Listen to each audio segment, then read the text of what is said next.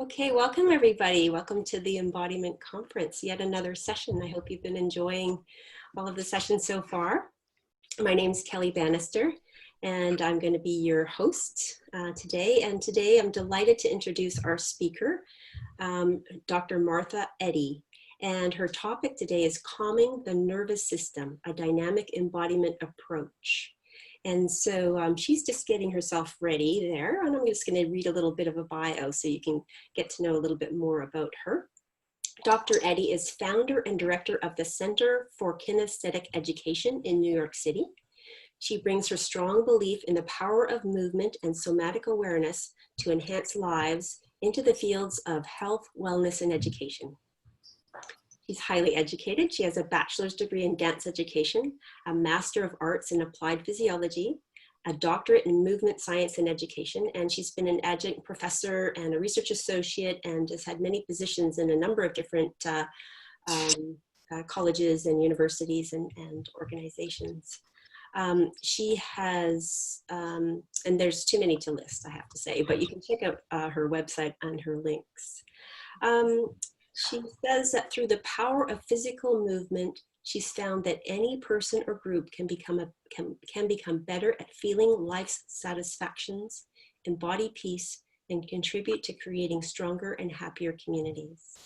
So I'm delighted to introduce Dr. Martha Eddy and welcome her and everyone to the call, Calming the Nervous System, a Dynamic Embodiment Approach. Over to you, Martha. Thank you. So at this point, I'm not seeing myself, but maybe that's just as well.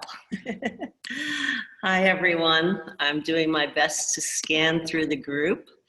And I just want to share with you, if you don't mind, that I have company with me in live space. And this is our studio here in New York City. Laura Ward is also with us.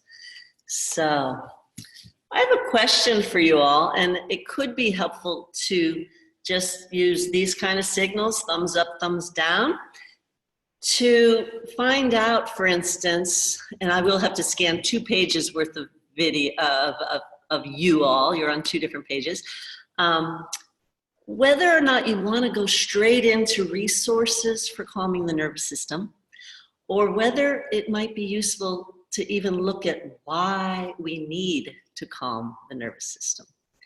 So I bring that up because I'm very invested. And if you want to sit over here, I can look at you more. I'm very invested in what is called social somatics. So social somatics is basically how do we use body awareness and embodiment, somatic awareness, for social good, whether it's social change, social activism, social service, anywhere on that continuum. So when I think about my own need for calming my nervous system, it started even as a youngster, actually. Quite honestly, I grew up in the inner city on what the New York Times called the worst block in New York, meaning that there was a lot of gang warfare.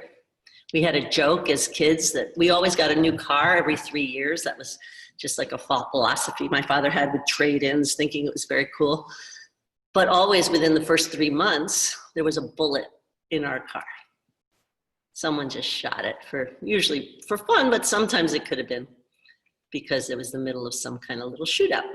So it took me a while to realize that one of the reasons I got into embodiment and somatic awareness so deeply was because I had my own healing I needed to do, a real need to calm my own nervous system. And my own daughter, who's 21, would attest to that. When I get angry, I get really angry. And I'm not totally opposed to that because I think it's anger that fuels social action as well. That's been my experience with the work I've gotten into with conflict resolution and with violence prevention, which was the kind of center point of my doctoral research. How can we use movement and embodiment to bring more peace to the world, or literally to learn more about reducing personal violence and interpersonal violence. At this stage in my life, I'm also working on writing a book about why my parents chose as white people to live in a Black and Puerto Rican neighborhood in the 1940s. So that's before the civil rights movement had even really taken off. And so I'm reading a lot about white supremacy. And I'm very aware that generally the somatic and embodiment field is predominantly white. And yet I also am very aware, having grown up with a Black community and with a Latino community, that maybe it's partially because my Black and Puerto Rican friends are incredibly embodied and still inside their rhythm and inside their sensuality and sexuality and inside a lot of movement expression that's less evident for those of us, myself very much included, coming more from a Anglo-Saxon, if not even in my case, Puritan background. So these all interest me, how we get to where we go. So if there's a little interest, I can talk maybe 10 more minutes about some of the puzzles we're dealing with in our society that are important to me, that are influencing my work. Is that of interest? I need to see thumbs or not? Yeah, okay, let me just go to page 2. Am I seeing any thumbs? Okay. All right, so I'm gonna share, first I'll pull it up, a PowerPoint, and I'm gonna breeze through it. I just wrote it recently for talking to 20-year-olds in a college, and then I obviously adapted it for you all. Looks like I have to go through this stage of putting it on before I can go to screen. There we go, play from the start. So if you want to come over here, now you can. So the theme of that one was somatic practices and social justice, and I will define the word somatics. So here's somatic, the body-mind connection, would be a quick way to talk about it. But really, why the word somatic? Because the word soma in Greek, and still today in Greece, means the living body. So that means the body that is capable of healing itself, the body that self-regulates, the body that is alive and intelligent, the whole notion of body wisdom. And so as an embodiment practice, to be able to use somatic education, which is about learning to pay attention to your body and body cues in order to inform the mind. And we have a lot of tools we use: breath, movement, touch, vocalization, which can be singing, but it can also be just humming, oming, vibration, shaking, and conscious movement. This is interesting. Conscious dialogue is what I talk about, like bringing the bodily experience to language. So yeah, I've got a doctorate. I'm more intellectual than a lot of people. I wrote this book, which I guess I have to unshare. I'm going to stop the share for a second so you can see. I think you can see this. So this is called Mindful Movement. It took 15 years for me to write about this field.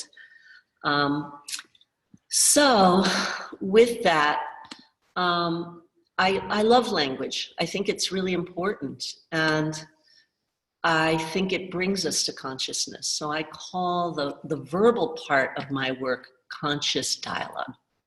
So here we go again. Oh, there we go. Are you able to see at the same time that I, what did I do? There we go, share. There we are, okay. So I'm gonna go on hopefully to the next slide. The other point that I like to make is that the type of movement that most of my studies have been in are called neurodevelopmental. So we're looking at how babies learn to move and how our early history in movement informs our behavior and informs our posture and our movement today. So it's really a rich history we hold in our bodies. Now, for some reason, I'm not able to go forward. So yeah, we'll try that. Very good, thank you. So here's a baby who lives in London with a Brazilian mom and a British dad. And I'm going to go back to just what we're saying there. You know, why do somatic education? Why do embodiment? Well, to improve our posture. I mean, very straightforward, to enhance coordination, to overcome pain, to heal from injury and trauma, to break negative habits, which could be exhaustion, and to create better ones, but also to change our minds, to think differently. And then how does that relate to social justice? Well, the body is inside injustice, is really what I feel. There's bodily oppression, there's humiliation, there's violence, and all of that has a psychophysical component. And marginalization is often based on body attributes, skin color, lack of limbs, lack of motor ability. And then that impacts a sense of worthiness or creates senses of disenfranchisement. So why go to the body? Because that's where we can heal and we can reclaim our physical, psychophysical power. It's also a place where physically we can learn to kind of be, thank you, with dignity. So whether, you know, if there's a sense of shame, sometimes we get more concave, we get more hidden. And so one of the things we're going to play with today is our spinal tone, the tonus of the spine. Being hyperextended can be related to being overextended with foci, and it can also be about really just maybe being very arrogant. So how we carry ourselves has a lot of different moods in it. And there's no one mood, and I really don't believe in reading body language or posture in any one way. It's really about investigating. And I speak always from the experience, two different experiences. The experience of what is happening in my own body, what am I feeling? And then that is also informing and causing bias in me around what am I picking up from other people. So I love the somatic work because with the process of becoming more subtle in my embodiment, I do feel that I'm picking up on the cues of other people. But the conflict resolution work really taught me not to assume that what I see and then interpret is accurate. It's just a jumping off point for dialogue. So back to that idea of conscious dialogue. And one of the things that the Laban work in particular, which really informs my dynamic embodiment approach, has to do with how we use our bodies even in making decisions, how to decide what to do and when to do it. So there's a lot of information there that can inform being rageful or doing nonviolent interaction or just taking care of ourselves. So I'm just going to do 2 or 3 more slides just to get in there. I also make a big distinction between mind-body and body-mind. So the mind-body thing has been talked about for decades. I used to study Aikido, and that was considered a mind-body discipline. And I appreciated that because it actually was a very physical mind-body discipline. But there was this idea that you must control your body with your mind, learn to strengthen your intentionality, strengthen your sense of the world, strengthen who the attacker might, you know, your awareness of who the attacker might be. Whereas the body-mind, and this is related to calming the nervous system, there's this idea, and it's true, that we can use our cortical mind, our cerebral hemispheres, our frontal lobe, to tell a different story and to calm ourselves. And that's a great thing. And that can be very controlling and very top-down at times. So one of the things that I like to talk about that I mention in, and actually more than mention, right, a couple chapters on in Mindful Movement, is that the early somatic work was very much about healing the body and gaining new capacity of body-mind connection, of thinking differently, as I mentioned before, of creativity emerging from having more physical choices. As I'm able to do more complex movement, my mind is like the dendrites, the nervous system is awakening to more possibilities. The other thing that happens when you follow your body isn't always cortical. It can be very subcortical. It can be very limbic. In other words, our bodies, and you've all heard this idea that there's muscle memory, cellular memory. Once we tap into the body as the source of information, or if we're overloaded with our body, get a stimulus that goes into our adrenal system, which is when we usually need to calm down our nervous system, that body knowledge is actually often quite emotional. And yet it's based in sensation. So if we can track the sensation and be with the sensation, and then use our cortical mind, our heart sensing, our emotional life to kind of go with, what do I want? One can find a kind of equanimity from that.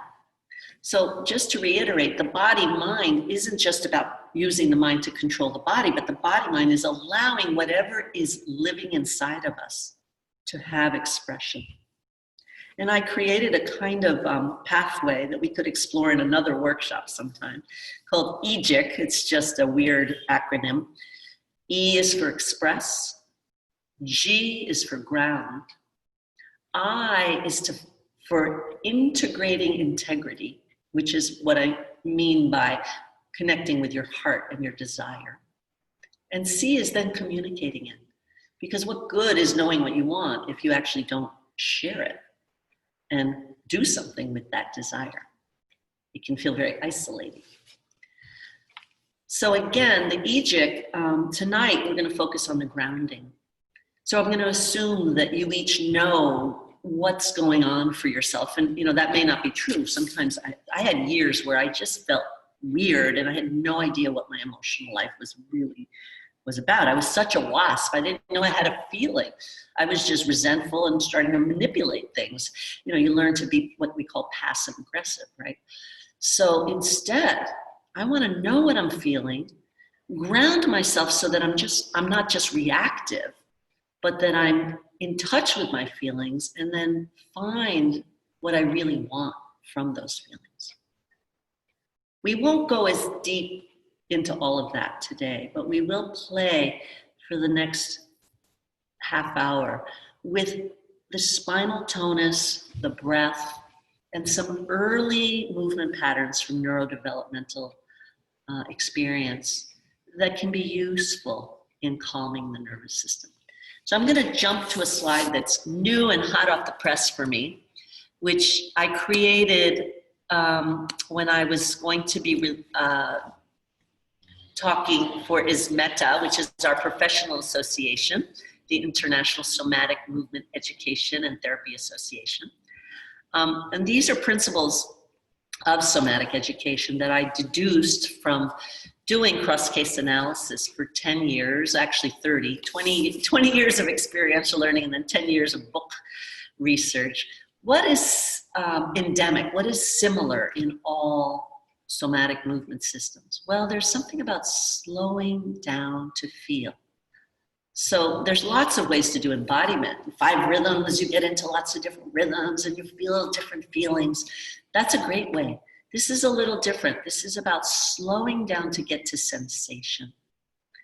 Finding breath support, that basic signal that you're alive, that we're alive, we breathe. And often when that's slowing down, it's helpful to lie down, to release tension, to let go of what we've been holding on to. And that's that grounding that I've been referring to. And then once we get there, we want to explore our full-bodiedness, not just our frontal orientation towards doing or towards protecting, but also our back space, also our sides, also our feet and the top of our head, every part of the body, the full 3-dimensionality. And again, that's very Laban influence, but as it turns out, in my training, we work with the scales. Some of you may have been with Karen Studd today, where you really found your shaping and your 3-dimensionality. Well, it's opening up options. I can be forward, I can be back, I can go to the side, I can open to outward.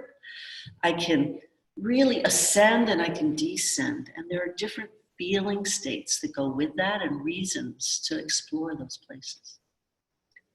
And then the other thing that all these 40 different somatic movement systems, which includes Alexander technique and Feldenkrais and Skinner releasing and Mabel Todd's ideokinesis work and lots of other embodiment practices, is that you try new things, you experiment, you dare to do something different, break a habit.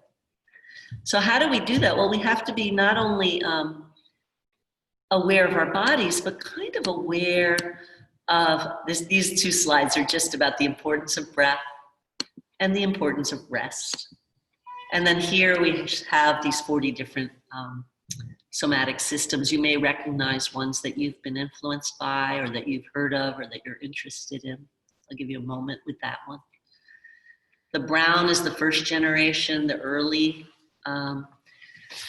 influencers, Traeger, Charlotte Selvar's sensory awareness.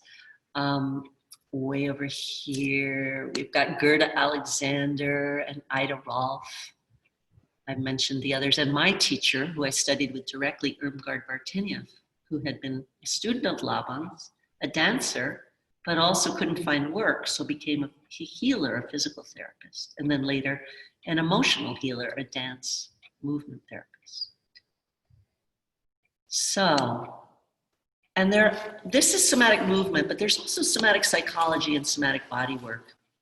So we do a lot of touch, and then some of us do psychophysical work for sure, but often we need to refer to somatic psychologists, people trained in the psychodynamic process. I'm going to skip a bunch of slides, and we can come back to them in the question area. And I just want to show you this slide, which is what I created in thinking about how important, actually, Steve Paxton kind of influenced this in me. He's the founder. Yeah, it's great. We can bring our hands up. He's the founder of Contact Improvisation. And how many of you, as children, kind of remember counting the senses on your hands? Like, I've got eyes, I've got ears, I've got a nose, I've got a mouth, and I've got skin. But then we have known about the kinesthetic sense for at least 50 years, and people have known about kinesthetic intelligence from the work of Howard Gardner and other somatic practices for at least another 30 years. But people aren't learning those words. Now, kinesthetic is hard to spell, and it's a little hard to understand because these are senses that have to do with paying attention to the body, to oneself. And we live in a society that doesn't value that as much. So I came up with this idea that maybe if we didn't just have 7 senses, which is proprioception and kinesthesia, the awareness of self is proprioception, our joints and our muscle tension, or the awareness of kinesthetics when we're moving and how we're moving. Maybe if we had 10 senses on 10 fingers, maybe we could make up a song, and I haven't found that composer yet to help me with it. Kids would learn about the internal senses, the senses of taking care of self. So I'll just go through those a little bit, but first, I'd like you to just notice how you're sitting or moving right now. And then I'd like you to change your position. So just alter it in some way. You can just shift your weight, you can lean over, whatever you want to do. And then I'd like you to go back to the first position. So that's the proprioceptive sense, knowing your body position, leaving it, and being able to return to it. How did you know to do that? Because your joints are registering in your brain, whether they're folded or extended, whether they're tilted right or left, all kinds of things like that. How tight your muscles are, how loose. So that's proprioception. So that's about knowing your tension level and your body shape. Those are the first 2 fingers. The other 3, I broke the kinesthetic up into the ability to know when you're moving at all, which is the inner ear reading acceleration and deceleration. Standing tall is knowing whether you're upright in alignment with gravity, also the inner ear helping with that. And I can go more into the anatomy and physiology of that another time, or in my book, it's there. And then tilting and falling. You know, the biggest cause of death in the elderly is actually a fall that leads to a sedentary lifestyle, then going into pneumonia. I mean, this is just exacerbating a kind of trend that exists in our society today, which is sedentary lifestyle. And it's considered the new smoking, meaning that it's a lifestyle pattern that kills. And actually, the latest data says more people die from sedentary lifestyle and its consequences than from cancer. So that's pretty powerful. So those are our 10 senses. In order to calm the nervous system, we might want to retreat from the external, or we might want to just be calmer in being externally alert. So these are the exterosensors that sense the world. And then we have the interoceptors, these proprioceptive and kinesthetic senses that read what's going on in our bodies. So the next few minutes, we're going to be playing with some things that involve closing our eyes and then opening them later and seeing what it's like to pay attention to our environment with a different bodily support, with a different level of grounding. So I'm gonna come back to gallery view so I can see more of you. I'll stop the share. And I just would love to find out if that sounds good, to do a little movement together. All right, looks like lots more people have come on. Lovely, so great. Thumbs up. Thumbs are up, fantastic. So it's your choice. You can stay seated upright, or if you have space in your home and or wherever you happen to be, and you want to lie down, that is perfectly fine. And I'm actually going to bring the Zoom camera, which is my little laptop, down to the floor so that we can be low to the ground. But again, I will start seated so you can watch a little bit. And then I will mostly be guiding you with words. So again, if you choose to close your eyes, that's totally fine. And if it becomes important to open your eyes, I'll suggest that. And of course, this is your exploration. You do the somatic process, which is following your own body wisdom. What I'm doing is just making suggestions. And then your body can really go where it needs to go. I don't think anything we're going to do today is triggering generally, but if you do find it is, would you please chat, and then Kelly can so graciously kind of alert me if someone is feeling like you're at all unsupported in this process. Because really we are a community, and even though we're online, the goal is to support one another, to be together, and for us to all feel healthier and stronger so that we can function as a community better. Okay. So we're going to start with the breath. And again, if it helps you to lie down with that, you can. I just want those of you that are sitting to have a model for just finding your back and breathing three-dimensionally. Which means if you have a chair behind you or a wall, that if you can feel that surface, so we are using the tactile exteroception of the skin to begin to feel ourselves. If you can just recall that the diaphragm, the thoracic diaphragm, that is at the low end of your rib cage, a big mushroom shape up under your ribs, isn't just to the front. So when we do belly breathing, that's great. But actually, our torsos are like a big cylindrical balloon. So breath is in all dimensions. When you blow up a balloon, it doesn't just fill in one direction. it equally fills from bottom to top, to the back and front, to the right and left, and then down to up. So that 3-part breathing, famous in yoga, is a great way to begin. And another way to begin is to simply notice how you are breathing, because breath is an automatic, autonomic function. And when we can deepen our breath, we are already calming the nervous system. And the best way to deepen the breath is to deepen the exhalation. Held breath is actually a vestige of some sort of stress. Shallow breathing can be functional. It works fine. But especially if it's habitual or it's coming up around stress, it's important to find deep diaphragmatic breathing so we really get rid of the toxins, which is a metaphor for any toxicity in our psychophysical experience. So I'm going to be quiet now and ask you to really, with a hiss if you like, which is the ideokinetic image of lengthening the breath, or just in silence through your nose if you prefer, deepen and lengthen your exhalation.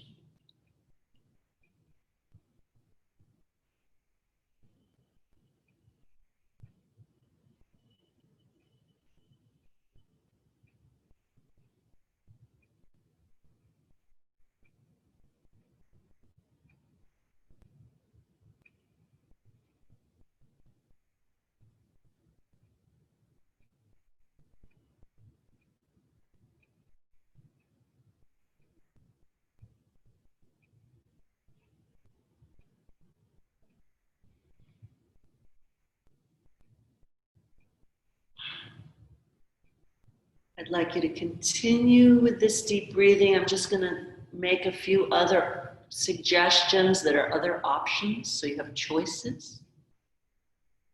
As you exhale, and this is influenced by my study of body-mind centering, the work of Bonnie Bainbridge Cohen, the exhalation can begin at the actual cellular level, allowing for the carbon dioxide that is no longer needed in every cell to really sponge out, like you're squeezing out a sponge, getting the fluid, which in this case is the blood, the venous blood, the blue blood, out of the cell, through the different capillaries, back up to the heart, so that the exhalations that we're doing through the lungs are truly cleansing.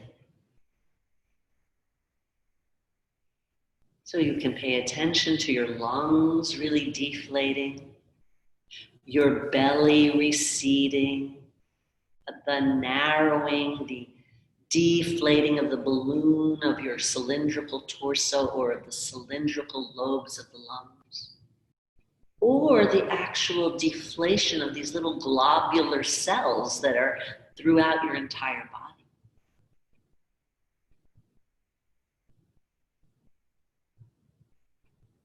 If you already know that there's a particular place in your body that either hurts or is holding tension or has sadness, this is a great time to go there and feel the cells just squeeze like a hug, sponge out the toxins, making room for fresh oxygen.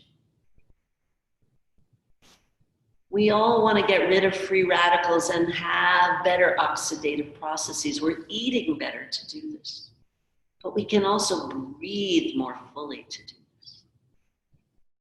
Some of the earliest somatic leaders cured themselves from tuberculosis by going deep into the alveoli, into the lungs, and into the cells of the body, the cells of the bones in the case of Gerda Alexander,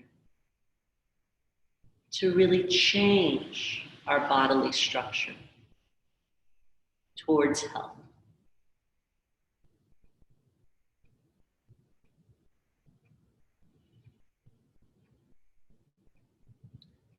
So you have a choice now to continue with the breathing process if that is feeling rich to you, or follow now some movement cues if you like.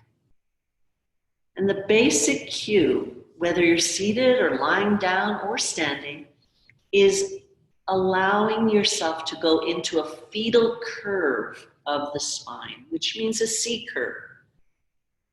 It means going into flexion, letting your head just go, which is another way to kind of sponge out the breath, kind of get the blood moving to new parts. Movement moves fluids, it moves muscles, it moves cells. And I'm going to ask you to either hiss or again exhale through your nose and deepen your exhale as you deflate and fold.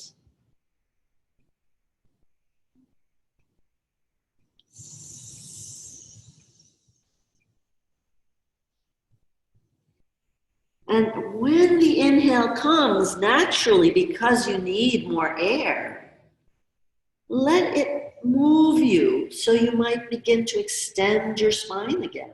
Maybe just an inch, maybe 5, maybe your whole spine.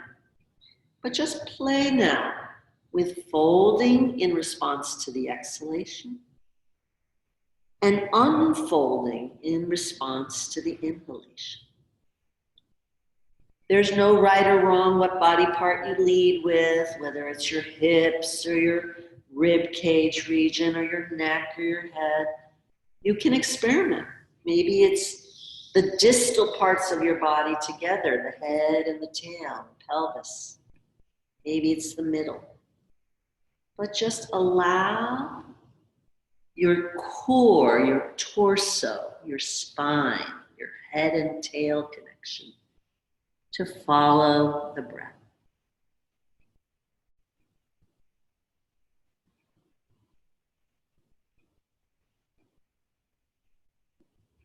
Trust that with the deeper, deepest exhalation, there may be a pause, but an inhalation will come because you are alive.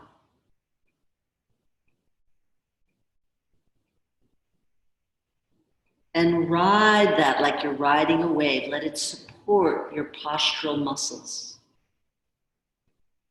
And let it bathe your adrenal glands on the top of your kidneys.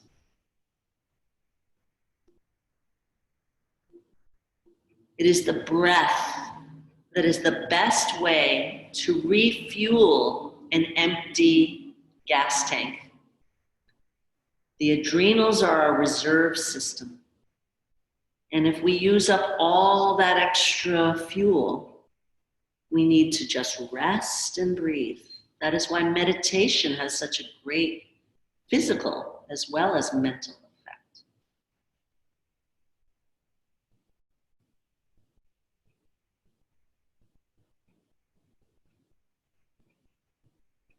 So speaking of meditation, notice where your mind is going. How can you be gentler, more loving, more caring of yourself with any thoughts going through you? Maybe you want to add a sentence of self-care. Maybe you want to just love your breath. Appreciation underlies all conflict resolution.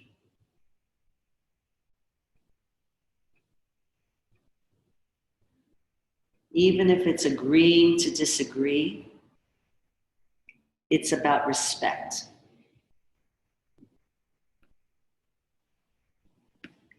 So I'm going to invite everybody to find a way to let the inhalation lead into a pretty big full body stretch.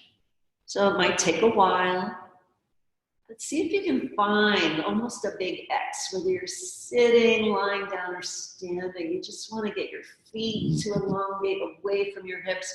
your hands stretching, and then really curl. Maybe your head goes to your knees. Exhaling. I'm going to hiss. So now we're going to really ride the breath a little bit more. Maybe pay a little less attention to the breath itself. You can come back to this exploration and really find out how to use the breath honestly for a big opening. But now we're just practicing what it feels to have a big opening. And is this scary or is this fun? Just notice how it feels. And then what do you like or dislike about curling up? Take a moment to stay curled and see how it feels. Is it nourishing? Is it useful? Or does it feel scary or depressing? These are important. Your relationship to these shapes. Ultimately, they're just movements, but we're loaded with different experiences and memories. So play with that. Similarly, what does it feel like to be huge? Does it feel scary? Does it feel confident? Does it feel just enlivening? You have your own words that make meaning of movement. And take 3 or 4 more of those. Just playing with the breath, supporting growing and shrinking.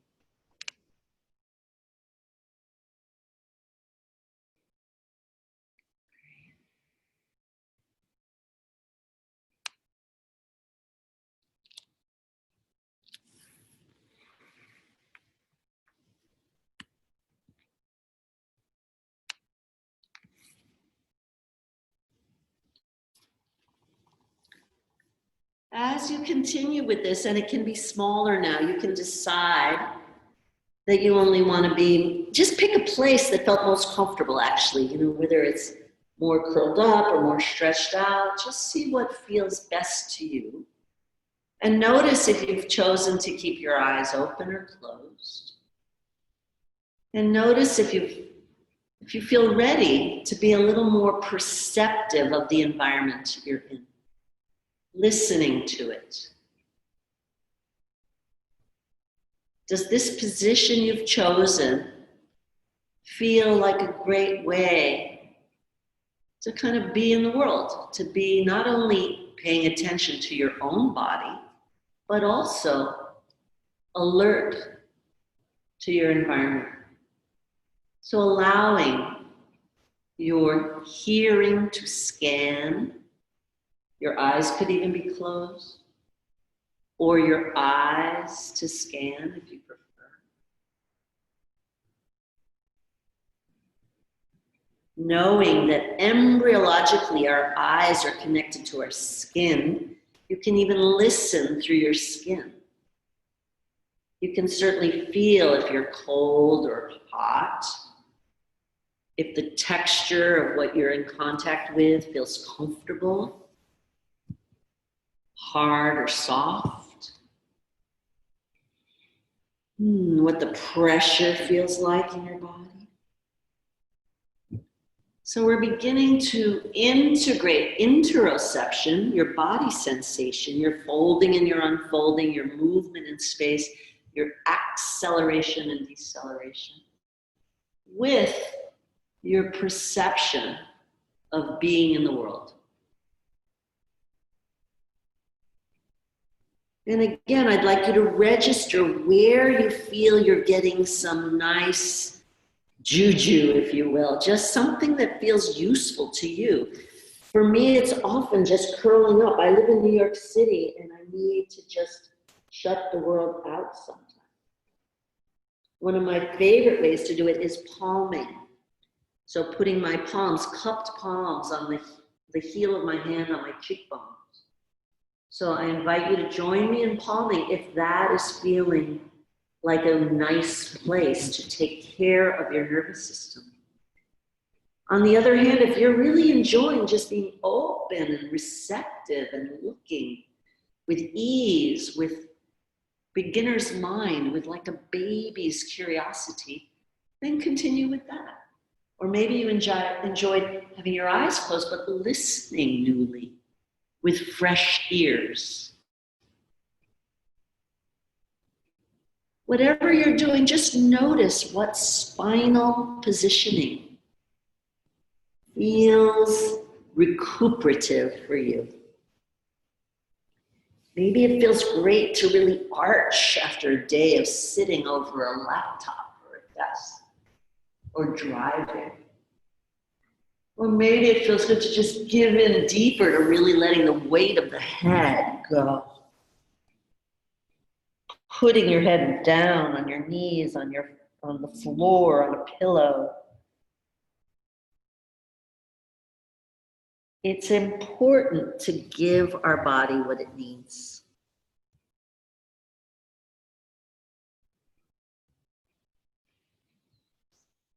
So we've been moving the brain as if it's just a weighted organ, which is great because that's what it is.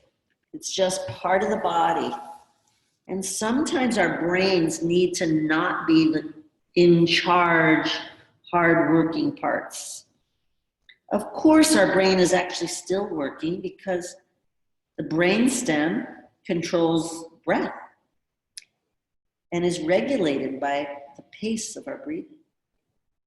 And the cerebellum in the low brain is helping us from falling over even as we kind of heavily tilt forward or back or side to side.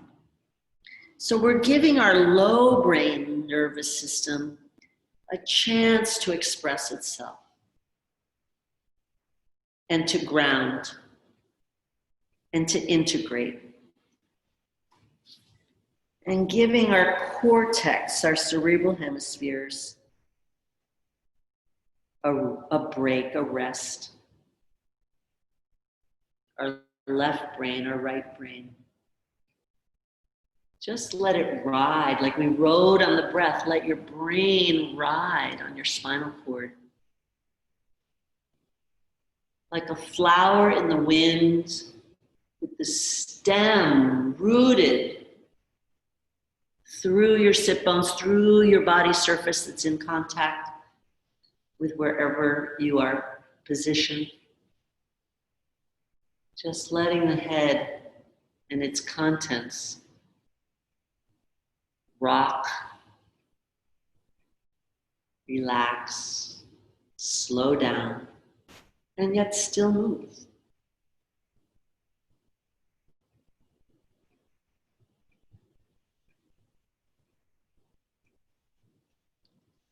And then as you're ready, I'll be quiet for a minute now. You can start to move to stillness if you like, or if it's feeling great to keep moving, then just keep moving.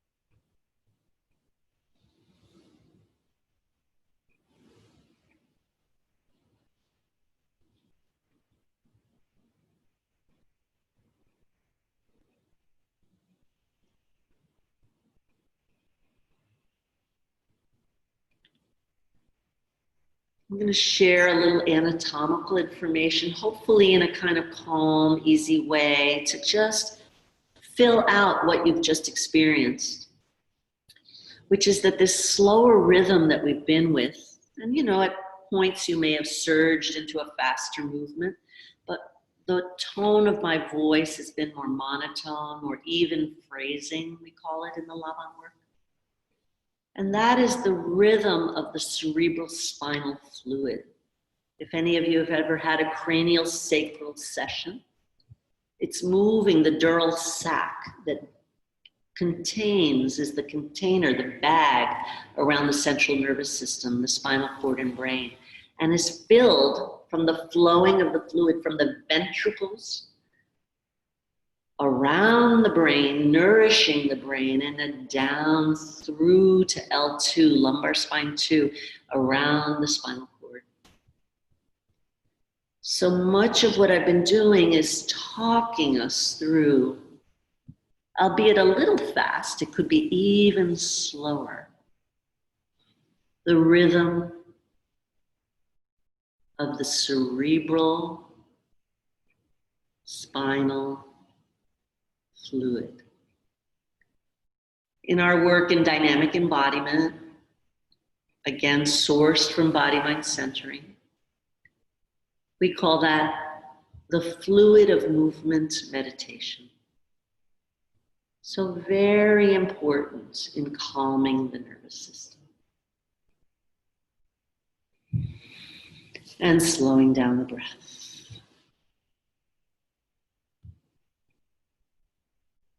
And just a reminder, we worked with deepening the breath, deepening the release of toxins, refueling the adrenal glands, exploring some very primitive movement patterns, that of just becoming a fetus again, early embryonic shape. Hopefully resting there a little bit. And then we could go much, much slower, but exploring the process of the first, we can no longer say first year of life. It's really the 9 months of growth in utero, and then the 12 to 14 months of coming upright and sitting and standing. And becoming more individuated, where we have to stand on our own, which of course can feel scary sometimes. So it's nice to be able to go back, not just back to the fetal curve, but even, and we did a little bit of this kind of rocking or swaying, which is like being back in the amniotic flow of being held, of being contained, of being taken care of. And we can give this to ourselves. We all had a yoke, and we all had amnion around us, protecting us. So we always have a memory of the yoke as a source of nourishment, and the amnion around us as a source of protection. So even just carrying that image while you're upright, I often will just think about the amnion as being there, something I can rest back into, to be able to be more out in the world with a sense of peace. So I don't know if it would feel helpful to have 1 minute in a breakout session, or whether you're just happy where you are, or if you all want to send me a chat note, that would be kind of wonderful. Martha, could I suggest that we do a chat note, because we've come actually to the end of our teaching time now. Great. So just a quick chat note minute maybe would be great. Which is taking your experience into language, and how do you carry this experience into being with a computer? Because we have to do a lot of that these days.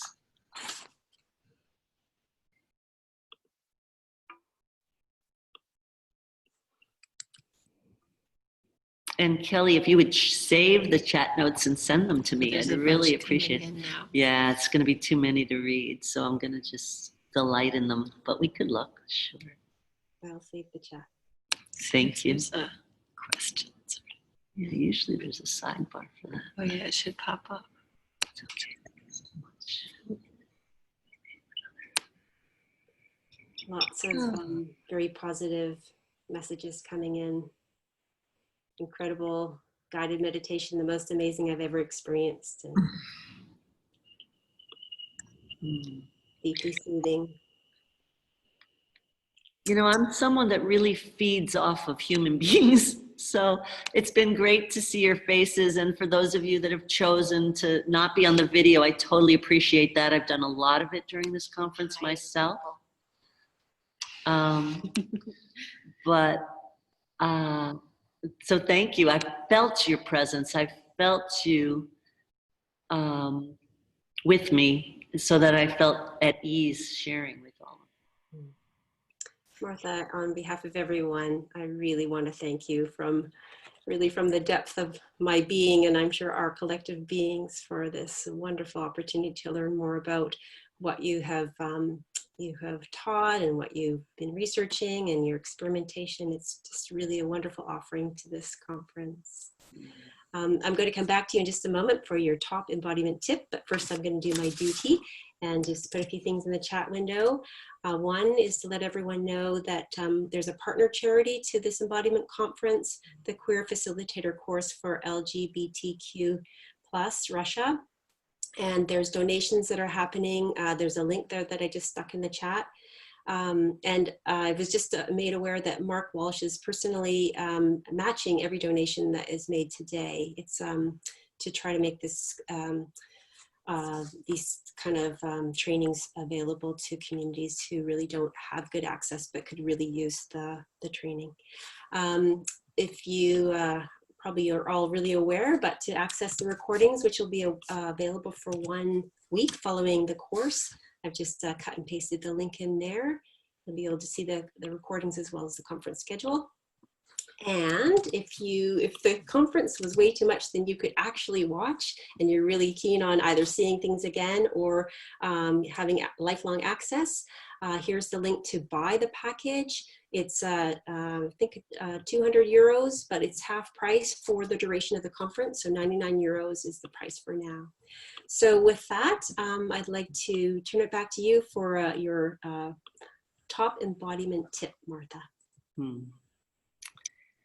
So that's really tricky. Yeah, there's my real belief is that everybody is so unique that we have to follow our own wisdom. And so I guess my invitation is to follow the sensation in your body, especially around the emotional experiences you have, and to see, perhaps with a good friend, a family member, someone you feel safe with, if you can explore noting shifts and periods of either anxiety or nervousness or fear, those sensations that make us feel like we have to calm down our nervous system, and see if you can follow the sensation to understand the feeling enough to then dare to ask for what you need from a friend, to practice that. I had to do it with my daughter today. It wasn't easy, but it helped. We ended up, cheerfully in acknowledgement of each other. And it felt great. I can't remember, am I allowed to share some of the resources that I... Sure, do you have something you can cut and paste into the chat? Yeah, and I just have pictures, like this is our studio in New York City. It's called studio55c.org. So if you're in New York and you want to visit live, here we are. But we also, I teach dance classes called Body Mind Dancing, and people can zoom into the studio. So that's the schedule. This one is listed more through my dynamic embodiment work, which is includes body mind dancing as one of the ways to learn to be a movement therapist, a registered somatic movement therapist. So the dynamic embodiment program will actually have 5 days in Ireland in July, and we are meeting in Arizona in March, and those are open workshops to the public. And then in terms of social somatics, this is our free nonprofit. We also have a fundraiser today because it's Giving Tuesday in the United States. But it's always here, and they're free classes right here at our studio.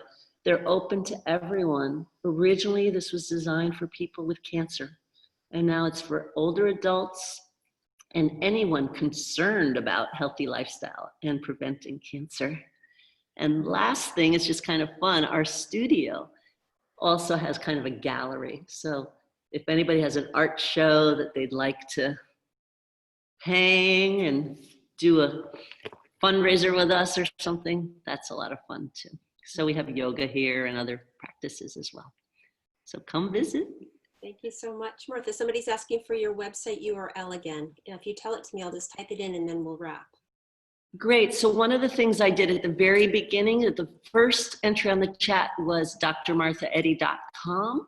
And it's actually like a index page for about 10 different websites I'm involved with. Okay, I'll just So everything from embodypeace.org, which was my doctoral research, to the Center for Kinesthetic Education, which is my work in the public schools with kids, doing professional development with teachers, to Studio 55C, to Global Water Dances, environmental work. So come check it out, including links to buying the book, all of that. Excellent. Thank you so, so much. Now I am going to keep the room open for another 15 minutes for our coffee break if people want to hang around. Martha, I'm sure everyone would be delighted if you were able to join us and if you wanted to join us. But I'm going to formally end the session now and thank you once again. My pleasure. Thank you. And thanks to Mark and Daniela too. It's been a pleasure working with you specifically, Kelly. Thank you, Martha.